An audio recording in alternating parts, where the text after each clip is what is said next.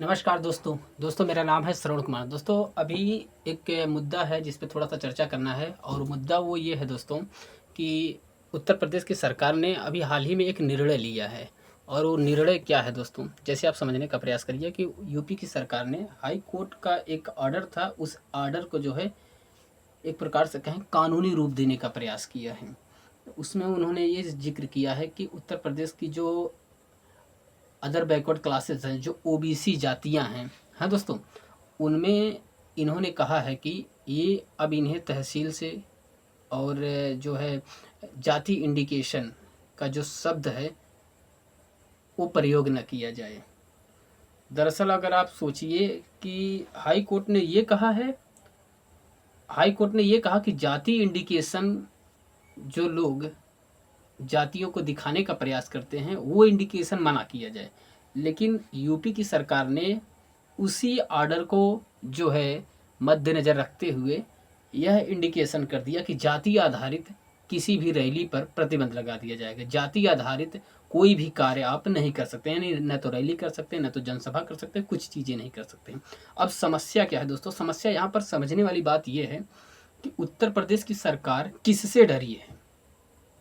डरने की बात यहाँ पर हम इसलिए कह रहे हैं क्योंकि सरकार ने जो निर्णय लिया है, सरकार एक डेमोक्रेटिक सरकार है, गणतंत्रात्मक सरकार है।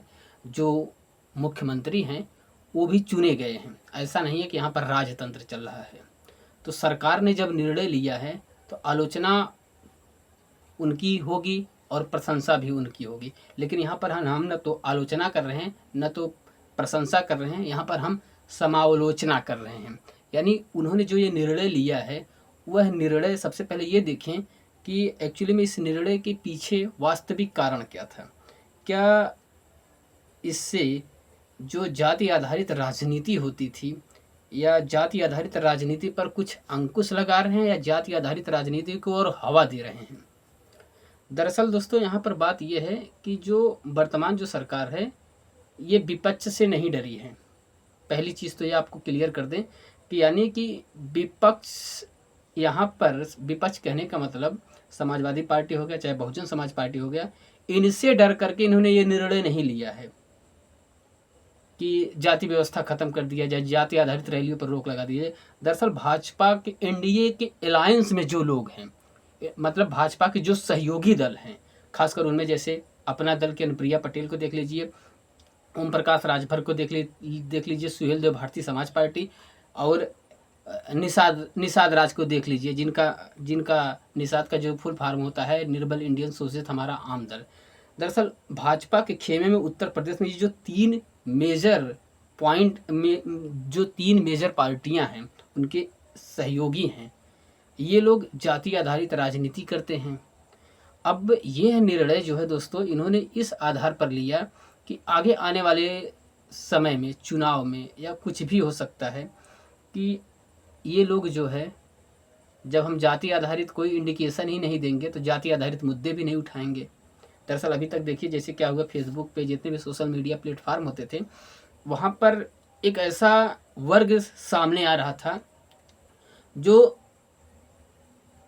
खासकर जैसे किसी जो ज़्यादातर जिस जाति से बिलोंग करते थे उसी जाति के, यानी जिस जाति के पार्टीज होती थी उन्हीं जाति के मुद्दों को उन्हीं के जाति के ऊपर होने वाले हमलों को वो लोग ज़्यादा हाईलाइट करते थे। फॉर एग्जांपल जैसे अगर बात कर लीजिए कि प्रजापति समाज की कोई पार्टी थी तो प्रजापति वाले घटनाओं को ज़्यादा ध्यान देती थी, जो राजभर पार्टी होती थी उन लोग ज़्यादा ध्यान देते थे, और जो निषाद राज की पार्टी होती थी उन लोग अपने अपने मुद्दों पर ज़्यादा ध्यान देते थे। और ऐसा करने के लिए सरकार ने ही इन्हें प्रेरित भी किया था कि आप अपने जातियों तक सीमित रहिए।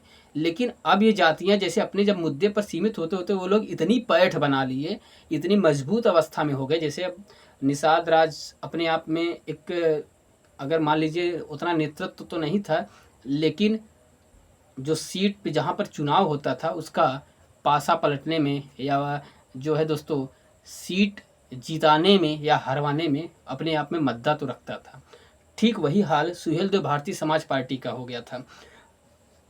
सीट भले न जीत पाए लेकिन हराने और जिताने की सीट की कुव्वत उस सुहेल देव भारतीय समाज पार्टी के अंदर आ गई थी।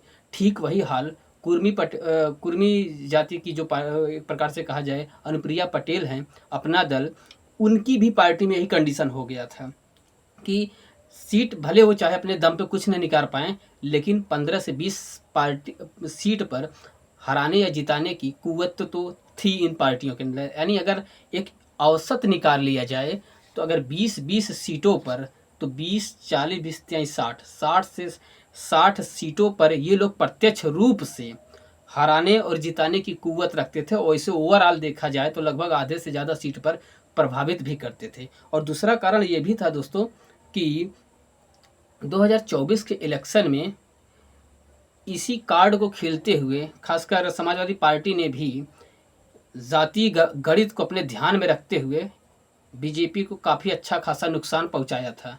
यानी एक प्रकार से कहें कि आधे के लगभग सीट समाजवादी पार्टी जीत गई थी। और अगर जितना जल्दी हो सके ये मैटर न सुलझाया गया तो हो सकता है इनमें से कोई 1-2 लोग छटक करके किसी और पार्टी में चले जाएंगे।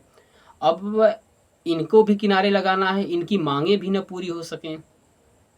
तो हमें लगता है कहीं न कहीं सरकार ने ये जो निर्णय लिया है वो अपने हिसाब से तो ठीक लिया है। उनका अपना मुद्दा है भाई, उनका अपना वजूद है कि कम से कम हम जो है जनता तक इंटरेक्ट हो पाएँ, जनता को थोड़ा सा जातिवादी मुद्दे से हटा पाएँ, अपनी छवि से उन्हें प्रभावित करें।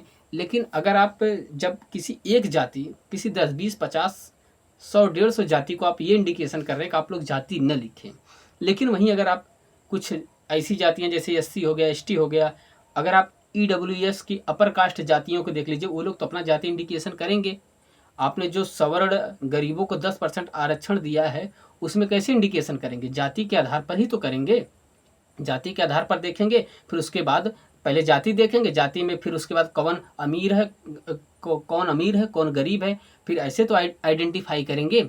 यानी विरोध तो स्वाभाविक है। और निर्णय एक ऐसे समय पर लिया गया है कि जो अभी प्रमुख वक्ता हैं, खासकर जो जिनकी बात आम जनमानस तक पहुँचती है, जो लोग जो अच्छे तरीके से अपनी बातों को जनता तक समझा पाते हैं लोगों को, वो हैं सुहेलदेव भारतीय समाज पार्टी के राष्ट्रीय अध्यक्ष ओम प्रकाश राजभर जी। और खासकर अभी इस समय तो ओम प्रकाश राजभर जी की तबीयत भी खराब चल रही है, वो तो अभी हॉस्पिटल से शायद रिलीज हुए हैं या मुक्त हुए हैं। फिलहाल परिस्थितियां जो है, विपक्ष से डर करके निर्णय तो नहीं लिया गया है। निर्णय अपने सहयोगी दलों को जो है दोस्तों एक प्रकार से कहीं न कहीं पूरी तरीके से नस्ताना नाबूद करने का प्रयास किया गया है, जहाँ तक हमारा ये अपना सोच है दोस्तों। क्योंकि इससे देखिए ये जो निर्णय लिया गया है, इससे बीजेपी की जो सहयोगी पार्टियां हैं उन्हीं को धक्का पहुंचेगा। अब सोचिए, अगर मान लीजिए थोड़ा सा आप समझिए, जैसे निषाद राज हैं, वो बीजेपी की रैली करने जाएंगे, किसकी रैली करने जाएंगे आप सोचिए। अभी तो वो किसकी रैली करते थे निषाद राज? निर्बल इंडियन शोषित हमारा आमदर किसकी रैली करती थी? कौन से लोग उसमें मेजर पार्ट में होते थे? ज़्यादा संख्या में कौन से लोग होते थे? केवट बिरादरी के लोग होते थे। ओम प्रकाश राजभर जी जो भी रैलियां करते थे ऑलमोस्ट राजभर जाति की करते थे। तो अब इनका तो वजूद है जैसे ख़त्म हो जाएगा, किनके बीच जाएंगे ये? तो सरकार को, हमें जहाँ तक लगता है सरकार एक बार इस पर फिर से निर्णय ले, हो सकता है उनके लिए उनके खेमे में ही दिक्कत हो जाए। हैं दोस्तों, तो ये हमारा अपना अवलोकन था। हो सकता है किसी को तकलीफ भी हुई हो, तो इस बात से लेकर के हमने अपना पक्ष रखने का प्रयास किया। बहुत बहुत आभार, धन्यवाद। किसी को ऊपर व्यंग करने का कोई प्रयास नहीं था दोस्तों, बस अपनी बात रखने की बात थी। धन्यवाद।